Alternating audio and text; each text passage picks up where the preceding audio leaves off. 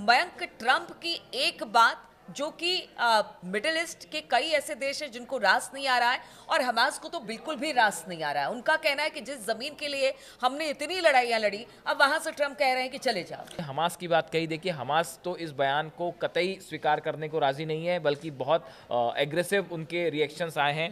अबू जुहरी जो है, उन्होंने प्रवक्ता जो है हमास के, इन्होंने कहा है कि गाजा को लेकर ट्रंप ने जो कहा है वो हास्यास्पद और बेतुका है। इस तरह का कोई भी विचार क्षेत्र में अशांति लाएगा। हमास की तरफ से साफ साफ कह दिया गया है कि आप जो करना चाहते हैं ये कतई स्वीकार नहीं होगा, और अगर इस तरह का कोई कोशिश भी की जाती है तो इस क्षेत्र में अशांति, परिणाम अच्छे नहीं होंगे। अब आप समझ जाइए कि उनका कहने का क्या मतलब है।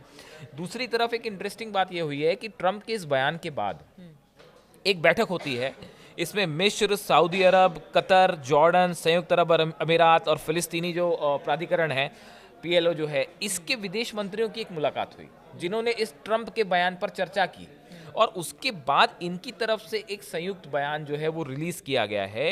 और इनका कहना ऐसा है कि अगर फिलिस्तीनियों को उनके स्थान से हटाने की कोशिश होती है तो ये फिलिस्तीनी नागरिकों के अधिकारों का उल्लंघन होगा।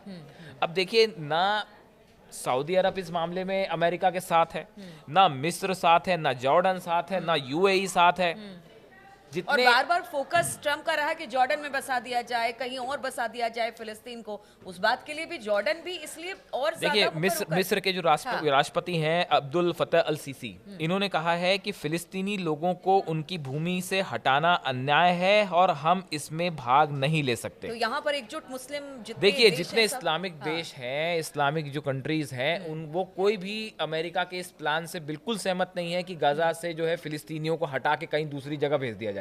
अगर अमेरिका ये कह रहा है, ट्रंप ये कह रहे हैं कि जॉर्डन या मिस्र भेज दिए जाए, तो वो भी तैयार नहीं है इसके लिए कि हम कैसे इतनी बड़ी संख्या में शरणार्थियों को कैसे स्वीकार किया जाएगा। तो ये काफी सारी चीजें हैं जो इस समय बड़ी अनप्रैक्टिकल लग रही हैं।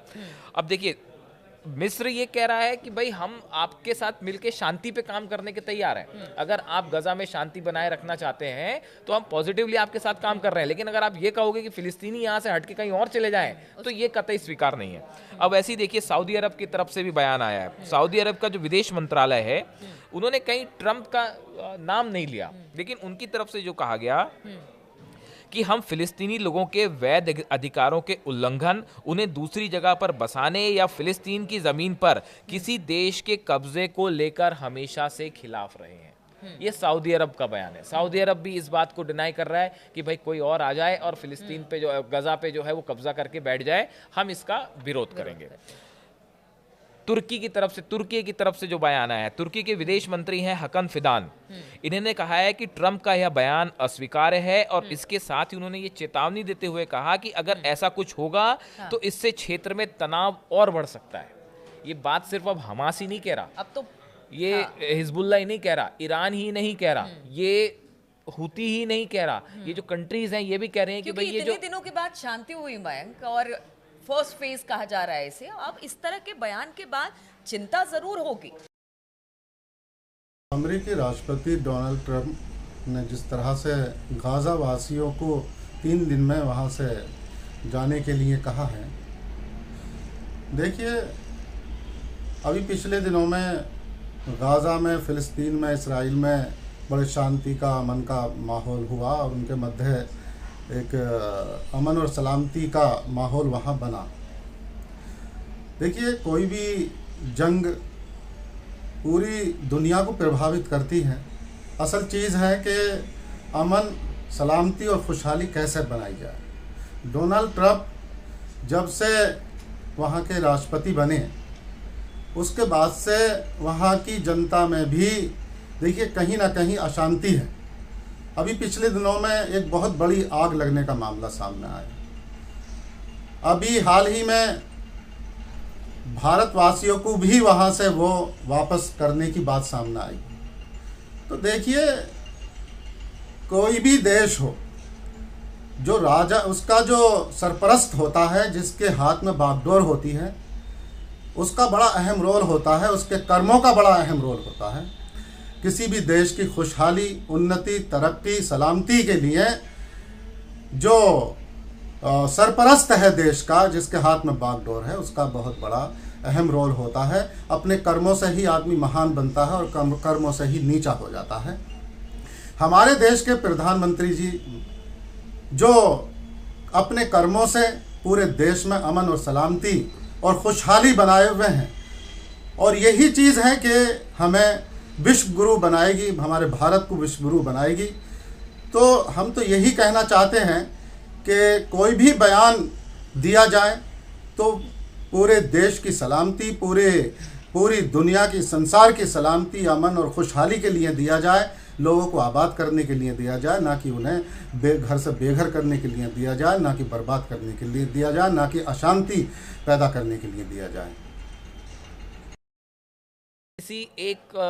किसी देश के लोग जो वहाँ रहते हैं उनको वहाँ से हटाने की जब कोशिश होती है तो ये आसान नहीं होता है। और इतनी बड़ी संख्या में अगर फिलिस्तीनियों को हटाना आसान हो गया होता तो ये कब का हो गया होता, ये अब तक नहीं हो पाया। इतने समय से जो ये फसाद छिड़ा हुआ है, इतनी तबाही, इतना विध्वंस हो रहा है और इस मामले में आप सफल नहीं हो पा रहे हैं। उसकी वजह आप देखिए, आप अफगानिस्तान की बात कर लीजिए, आप इराक की बात कर लीजिए, वियतनाम की बात कर लीजिए, सब जगह ये जो फोर्स के दम पे जब चीजें होती हैं तो बड़ा मुश्किल होता है, मामला आसान नहीं होता है। अच्छा देखिए, दूसरी तरफ ये है कि यहाँ तो इस तरह के बयान दिए जा रहे हैं कि फिलिस्तीनियों को उन्हीं की जमीन से हटा दिया जाएगा, जिसके लिए फिलहाल तो देखिए सब अब मिडिल ईस्ट के जितने देश हैं वो सब इसके समर्थन में। एक इंटरेस्टिंग बात ये भी है कि देखिए ट्रम्प जो है वो ट्रम्प शांति भी चाह रहे हैं।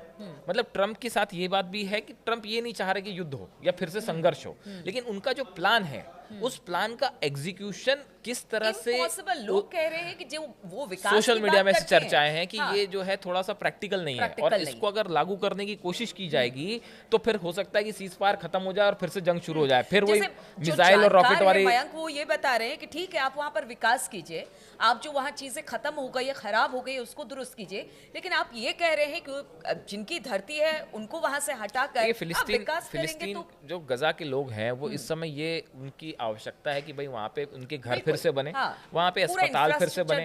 अब देखिए असल में इस बयान के पीछे जो मैं समझ पा रहा हूँ या जो सोशल मीडिया में कुछ एक्सपर्ट कह रहे हैं कि अमेरिका ये चाहता है कि इजराइल को सुरक्षित किया जाए, गजा की तरफ से किसी भी तरह की चुनौती इजराइल को ना मिले, वहां से कोई रॉकेट हमले ना हो, हमास किसी तरह का अटैक ना करो।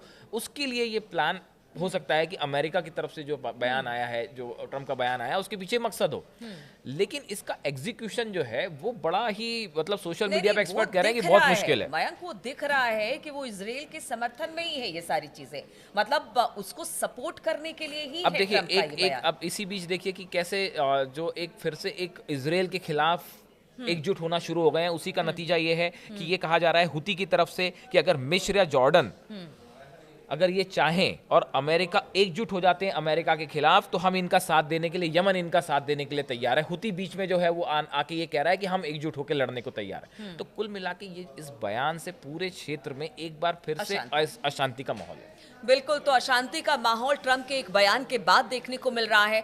अब तो देखिए जितने इस्लामिक देश हैं वो भी ट्रम्प के बयान की निंदा कर रहे हैं, नाम ना लेकर इनडायरेक्ट वे में, लेकिन जरूर ये कह रहे हैं कि भाई आप जिस देश के लोग हैं उनको हटाकर आप विकास की बात करते हैं, ये पॉसिबल ही नहीं है। और ऐसे में सारे लोग एकजुट होते दिखाई दे रहे हैं। अब ट्रम्प के इस बयान के बाद क्या ट्रम्प अपने इस बयान को वापस लेंगे या कुछ और होगा, इस पर लगातार हमारी नजर बनी रहेगी। आप बने रहिए हमारे साथ।